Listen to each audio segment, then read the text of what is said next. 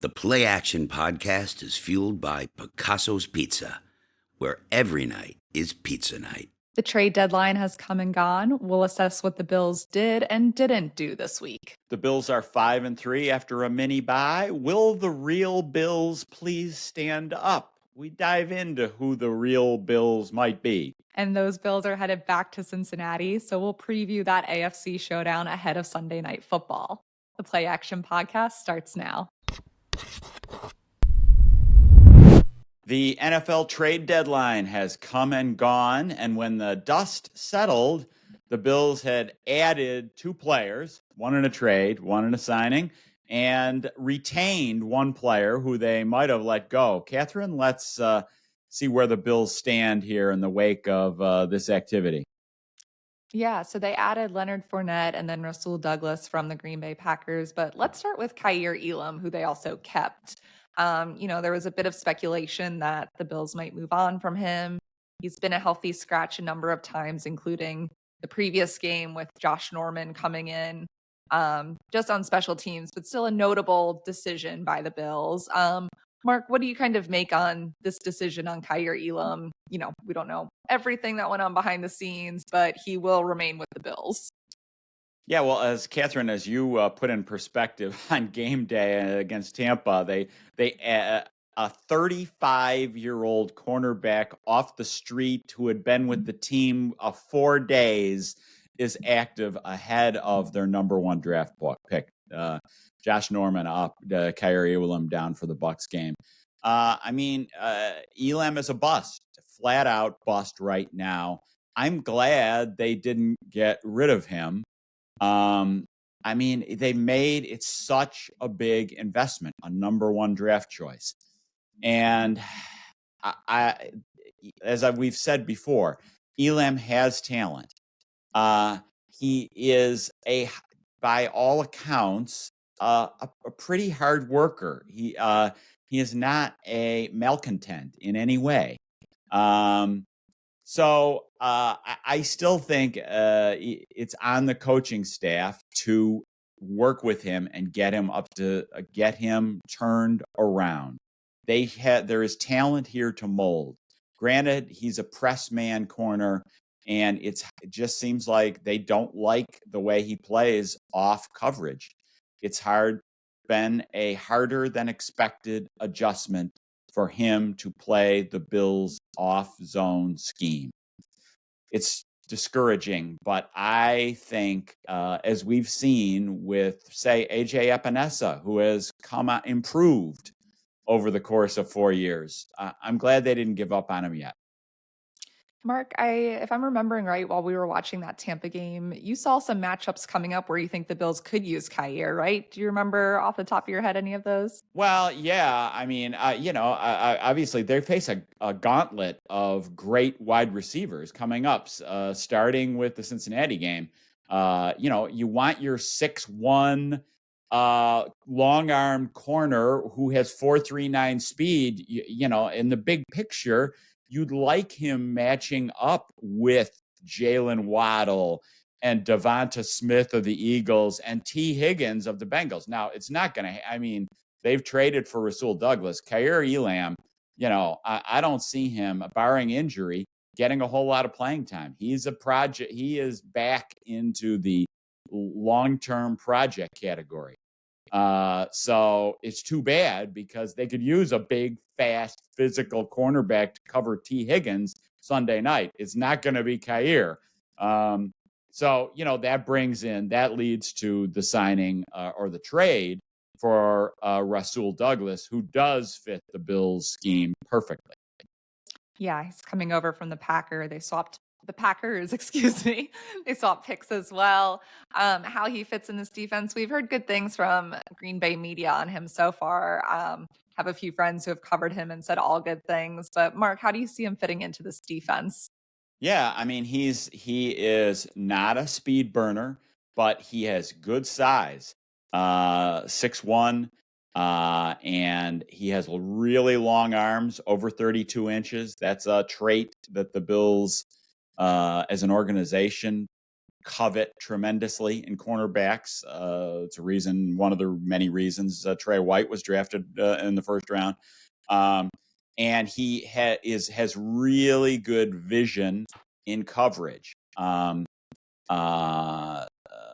with the play in front of him. So he fits perfectly, and he's going to be, I see him being the starter with Christian Benford as the outside cornerbacks. He does have flexibility. He has played inside some, but the Bills don't need him inside. So, I see it being Benford and Douglas down the stretch. How quickly can Douglas step in?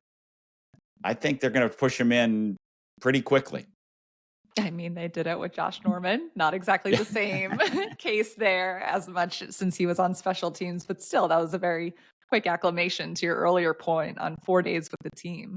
Now, the last move they made was they added Leonard Fournette to add to that running back room. He's on the practice squad right now. I don't know if this maybe signals something about Damian Harris's timeline to return. He is on IR already. We don't know too many more details on that, but Mark, any early thoughts on this playoff Lenny move? Love that nickname. I think he's a practice squad player. I don't think this is a big needle mover for the Bills. Yet he did catch 73 passes last season for the Bucs. So, which was, I think, third among NFL running backs. His yards per carry was terrible for the Bucs last year. The Bucs O-line was all ridiculously banged up last season. So I think he could help, but as a bit player. The Bills are now 5-3 around their midway point of the season. Heading into week 9 against Cincinnati, they're coming off this mini bye here, but Sean McDermott has mentioned to us a few times how it kind of was a grueling stretch when you look back at it. He goes all the way back to London. They have the London game, Sunday night football coming off of that, a road game, right back to Thursday night football. So just all these quick turnarounds over and over. They get a mini bye to reset, recalibrate a little bit. Now, Mark, what do you think this team needs to do coming out of the bye to not just be ready for Cincinnati, but to be ready for the rest of the season? Well, my number one takeaway after the Tampa game was that the offense, even though the Tampa game, there were problems, it could have been better. The offense got back on track. Josh Allen in particular got back on the beam. I like, obviously they had to transition without Dawson Knox. They are a 3-wide offense. And so the huge encouraging thing was Josh looked good. He got back to being himself. They ran at a high tempo, and the complementary weapons, the non-Diggs weapons, which is something we've been talking about. Again, when teams want to over focus on Stephon Diggs, do the Bills have enough answers? And Gabe Davis, Dalton Kincaid, and Khalil Shakir looked really good. That is encouraging, and they're going to need the offense to be elite going forward. Yeah, I thought it was interesting hearing from Ken Dorsey a few days later on kind of the forced use of 11 when he had been using so much 12 personnel. Again, that injury to Dawson Knox when Quentin Morris had been banged up too looms kind of large, but he was saying they want to continue to mix it up. He said they've been successful at both, but I thought they looked good Thursday in that game against the Bucs, to your point, Mark, of just the offense kind of seemed back into some of the flow that we know this team can do. And they did, the Bucs did try to blitz Josh Allen like Bill Belichick did the week before, and Josh handled it. So that was encouraging. And again, I want to see more Shakir. I like Shakir's contributions. Just let's see more of him. And hopefully Josh gained a little more trust in him. One takeaway I think from this stretch of games is I want to see the coaching staff keep the foot on the gas more. Giants game, Bucs game. Let's see the offense. Don't let these teams hang around. foot on the gas. Now it's not, obviously the foot's going to have to be on the gas constantly against Cincinnati, but if you get a lead, keep going. Yeah, it's interesting too when you look at the Bills defense. They've been banged up. Hopefully, just for guys' sakes, that you have some time to recover during that mini bye. Some guys still will be out longer, obviously. But we've mentioned this kind of before in the past of, when the offense is going as fast as it can, the defense is back on the field faster and faster. So a bit of a balance there. Tough beans. Stop them. You seem all good with it. But let's switch to the defense. Just what do you think on that side of the ball is important now for this next stretch? Well, obviously the loss of, they're still dealing, with the losses of Daquan Jones, Matt Milano, Trey White. The cornerback situation, we kind of addressed that with Rasul Douglas. That is what it is.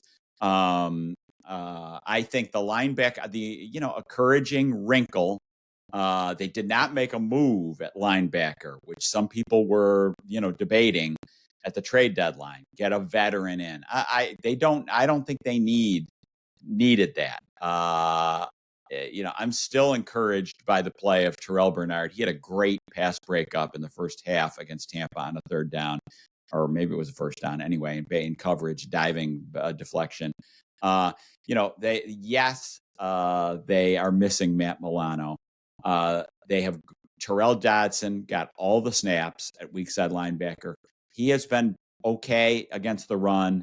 And then they threw this new development in by going to the dime and letting Jordan Poyer be the dime linebacker in passing situations, taking Dotson off the field. Great.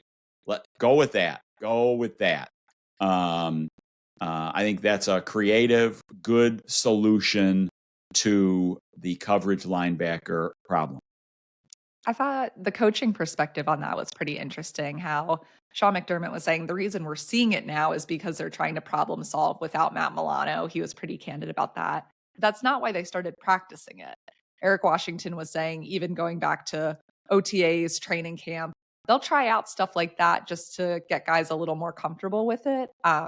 This was what Washington was telling us Friday after the game, so that when Jordan Poyer, it's still new to him, especially to do it in a game situation. But he was saying they've practiced it before. It's just we're seeing it on the field for a first time.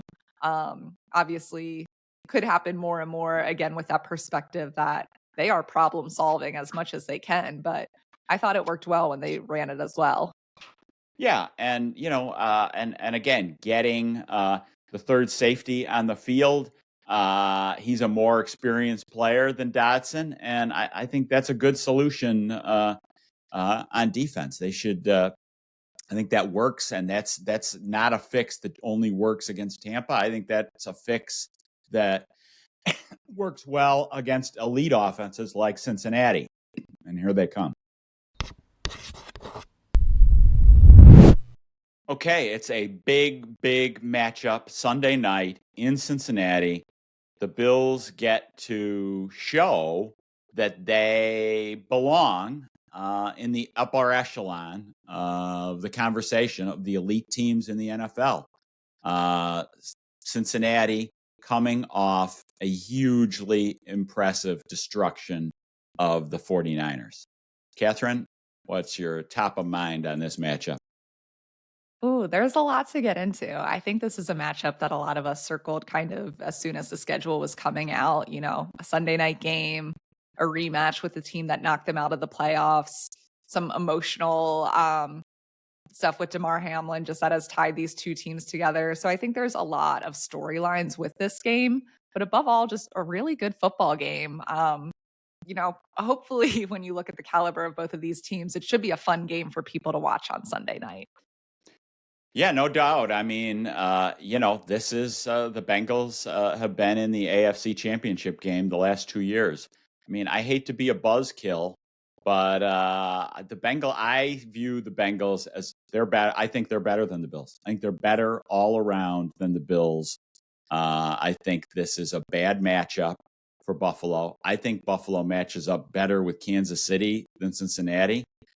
Joe Burrow was 28 of 32 against San Francisco's defense, which came into the game number 3 in the league in points allowed.